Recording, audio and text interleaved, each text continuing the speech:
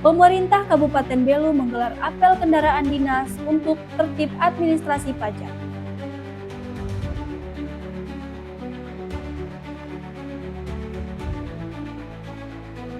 83.000 koperasi merah putih terbentuk. Nusa Tenggara Timur dapat apresiasi langsung dari Menteri Koperasi.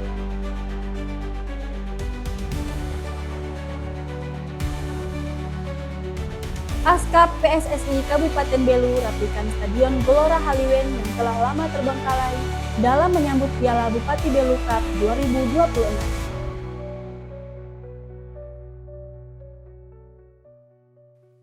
Halo pemirsa, saatnya Anda menyaksikan Baita Belu, program berita yang terjadi di Nusa Tenggara Timur selama sepekan. Saya, Maria Oktaviani, akan menemani Anda setengah jam ke depan.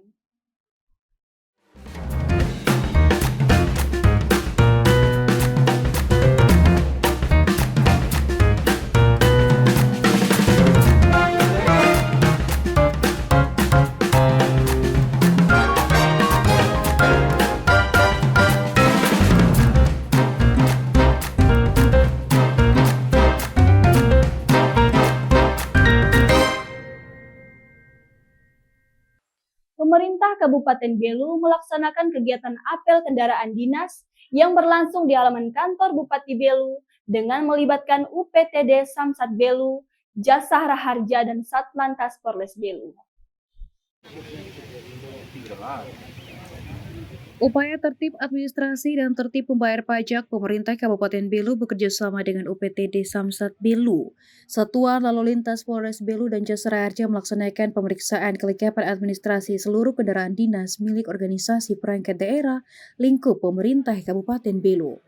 Kegiatan ini bertujuan untuk memastikan ketertiban administrasi, optimalisasi pengelolaan aset daerah, serta peningkatan pendapatan asli daerah PAD dari sektor pajak. Kepala Bidang Penilaian Aset Daerah BPKAD Belu Servasius Frederikus Suriluan mengatakan kegiatan ini merupakan langkah konkret dalam meningkatkan disiplin dan akuntabilitas penggunaan kendaraan dinas di lingkungan pemerintah daerah. Mungkin untuk kegiatan apel kendaraan hari ini, tujuan utamanya adalah kita Pemda Belu ingin menyesuaikan data atau rekon data antara data Pemda dengan data yang tersedia di Samsat. Karena seperti diketahui terkait PAD, salah satunya ada opsi pajak kendaraan bermotor ini, jadi tujuannya untuk optimalisasi PAD dari opsi pajak. Nah itu, karena memang selama ini juga merupakan kegiatan rutin, rekon data kalau bisa setiap triwulan, karena ini juga ada pas saat ini sedang ada pemeriksaan dari BPK, dan mereka juga terlibat langsung untuk kegiatan hari ini, dan ini akan berlangsung sampai tanggal 8 Mei. Jadi tujuan utamanya adalah untuk penyesuaian data antara Pemda dengan data yang tersedia di Samsat. Sementara itu, Kepala Bidang Pengembangan dan Evaluasi Pendapatan Daerah Bapenda Belu, Jitro Muskanan menyampaikan bahwa kegiatan ini menjadi momentum penting untuk memperkuat komitmen seluruh perangkat daerah dalam menjaga dan merawat aset kendaraan dinas.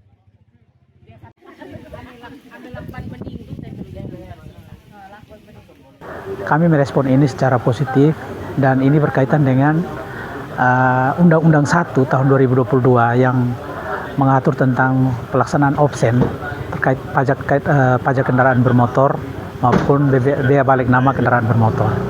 Oleh karena itu, apa yang dilakukan pada hari ini sangat baik dan tentu akan berdampak pada peningkatan PAD.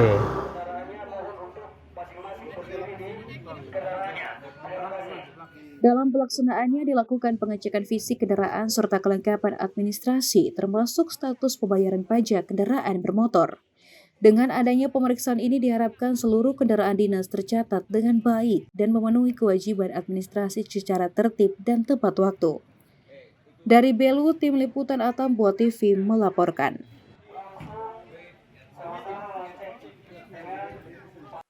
Bagi warga Kabupaten Belu yang selalu tepat waktu membayar pajak kendaraan bermotor, Jasa Raharja bersama Samsat Belu mengadakan program door prize dengan hadiah utama berupa emas murni sebagai bentuk apresiasi bagi wajib pajak yang taat aturan. Jasa Raharja bersama Samsat Kabupaten Belu mengumumkan program spesial bertajuk Door Prize Emas. Program ini dibuat sebagai bentuk penghargaan dan apresiasi langsung bagi masyarakat yang selalu memenuhi kewajiban perpajakannya sesuai ketentuan yang berlaku. Sebanyak 5 keping emas telah disediakan dan siap dibagikan kepada pemenang yang beruntung. Agar dapat mengikuti program ini, terdapat sejumlah syarat dan ketentuan yang harus dipenuhi oleh setiap peserta. Syarat dan ketentuannya. Yang pertama, para peserta bukan merupakan wajib pajak orang pribadi, pemilik kendaraan yang melakukan pembayaran pajak kendaraan bermotor sebelum jatuh tempo dan tidak memiliki tunggakan di periode 1 Maret 2026 sampai dengan 30 Juni 2026. Yang berikut bukan merupakan kendaraan dinas, pemerintahan, dinas TNI, Polri, BUMN, BUMD, atau instansi lainnya, dan bukan milik dealer atau showroom yang berstatus stok penjualan. Yang ketiga, data identitas harus telah diperbarui dan sesuai dengan dokumen resmi, yaitu KTP atau nomor induk kependudukan, serta nomor HP yang aktif dan dapat dihubungi. Nah, setiap satu kendaraan memperoleh satu kesempatan door prize ini. Satu kendaraan hanya dapat memenangkan satu hadiah, dan hadiah ini tidak dapat dipindah tangankan. Melalui program ini, Jasa Raharja bersama Samsat Belu menghimbau seluruh masyarakat agar tidak menunda-nunda pembayaran pajak serta tidak memiliki tunggakan. Jadilah wajib pajak yang taat dengan membayar sebelum jatuh tempo, karena ketaatan itu sendiri merupakan bentuk partisipasi membangun daerah tercinta. Dari Belu, Tim Liputan Atambua TV melaporkan. Upaya mewujudkan pengelolaan sumber daya alam yang berkelanjutan, tim peneliti dari Universitas Kristen Arta Wacana Kupang selenggarakan dialog multi pihak yang melibatkan Desa Fatulotu, Desa Alas, dan Desa Alas Selatan. Kegiatan ini berlangsung di Hotel Setia Atambua pada 27 April 2026. Mewujudkan pengelolaan sumber daya alam yang berkelanjutan, tim peneliti dari Universitas Kristen Arta Wacana Kupang selenggarakan dialog multi pihak Explore CN040 yang melibatkan 3 desa, yaitu Desa Fatulotu, Desa Alas, dan Desa Alas Selatan. Dengan mengusung tema mengelola hutan berbasis keterkaitan hutan, air, energi, dan makanan di wilayah perbatasan Indonesia. Pelaksanaan penelitian ini didukung berbagai mitra baik nasional maupun internasional. Di antaranya dukungan dari SIDA yang telah mendanai penelitian ini dan Reco selaku pengelola anggaran maupun pengelola kegiatan yang bekerja sama dengan G4 Icraft bersama tim Explore CN040, SDGS Universitas Kristen Arta Wacana sehingga program penelitian ini dapat terlaksana dengan baik. Seluruh rangkaian kegiatan ini juga selaras dengan target tujuan pembangunan berkelanjutan, khususnya aspek pelestarian lingkungan, ketahanan pangan, dan akses energi berkelanjutan. Ketua peneliti Profesor Jonathan Koehuan menyampaikan bahwa wilayah perbatasan memiliki karakteristik ekologis dan sistem sosial yang unik, sehingga membutuhkan pendekatan pengelolaan yang tidak parsial. Kita sangat tergantung dengan 4 komponen ini, hutan, air, kayu api, makanan, semua sangat tergantung. Nah, dari hasil kita lihat bahwa meskipun hutan itu penting, dia mengalami penurunan luas. Sementara luas lahan seperti lahan dan itu meningkat besar. Nah, ini terjadi di mana-mana.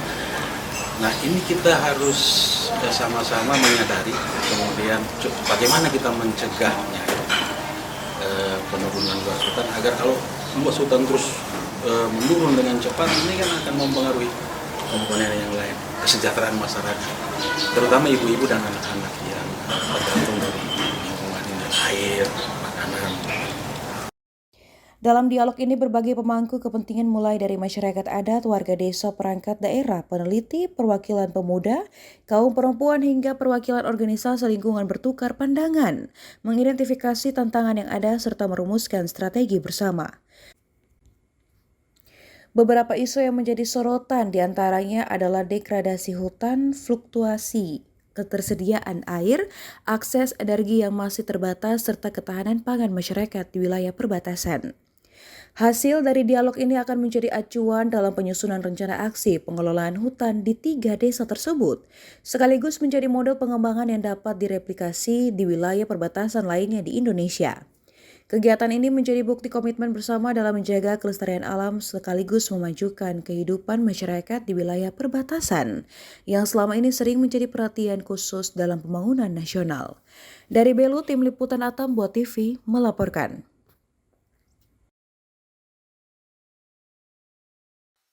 Sambut Hari Pendidikan Nasional 2 Mei 2026, PGRI Kabupaten Belu menggelar Lomba Paduan Suara tingkat kecamatan di Gedung BT Lalenok Atambua.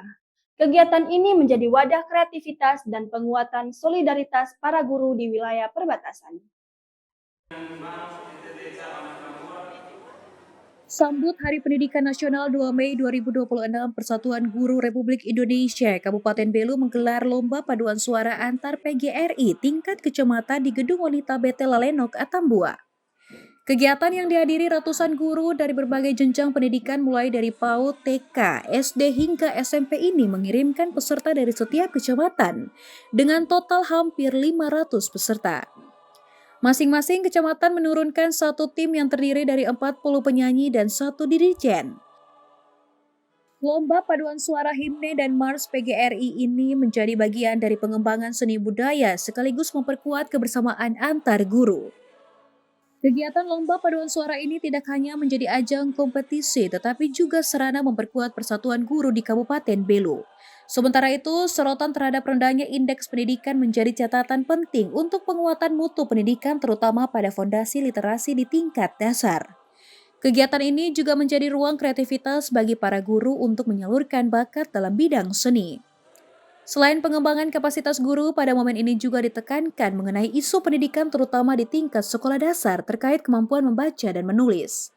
Salah satu peserta mengungkapkan agar kegiatan serupa terus dilaksanakan secara berkala. Selain menjadi ajang kreativitas seni, mereka menilai kegiatan ini mampu memperkuat kebersamaan dan solidaritas antar guru di wilayah perbatasan. Baik, Kakak mungkin harapannya ke depan seperti apa dari kakak mereka yang guru PGRI sendiri di Kabupaten Belu, harapannya seperti apa ke depan? Oke, baik, kalau harapannya semoga untuk guru-guru bisa lebih mengembangkan lagi sehingga kita bisa mencetuskan penerus-penerus bangsa dengan baik. Peningkatan kualitas pendidikan tetap menjadi prioritas utama. Hal ini dikarenakan indeks pendidikan Kabupaten Belu masih berada pada posisi rendah. Pada momen Hardiknas tahun ini diharapkan agar peran guru, pemerintah, serta orang tua untuk terlibat dalam proses pembelajaran. Dari Belu, Tim Liputan Atam Buat TV melaporkan. 83.000 koperasi merah putih terbentuk. Nusa Tenggara Timur mendapatkan apresiasi langsung dari Menteri Koperasi. Informasi selengkapnya usai jeda.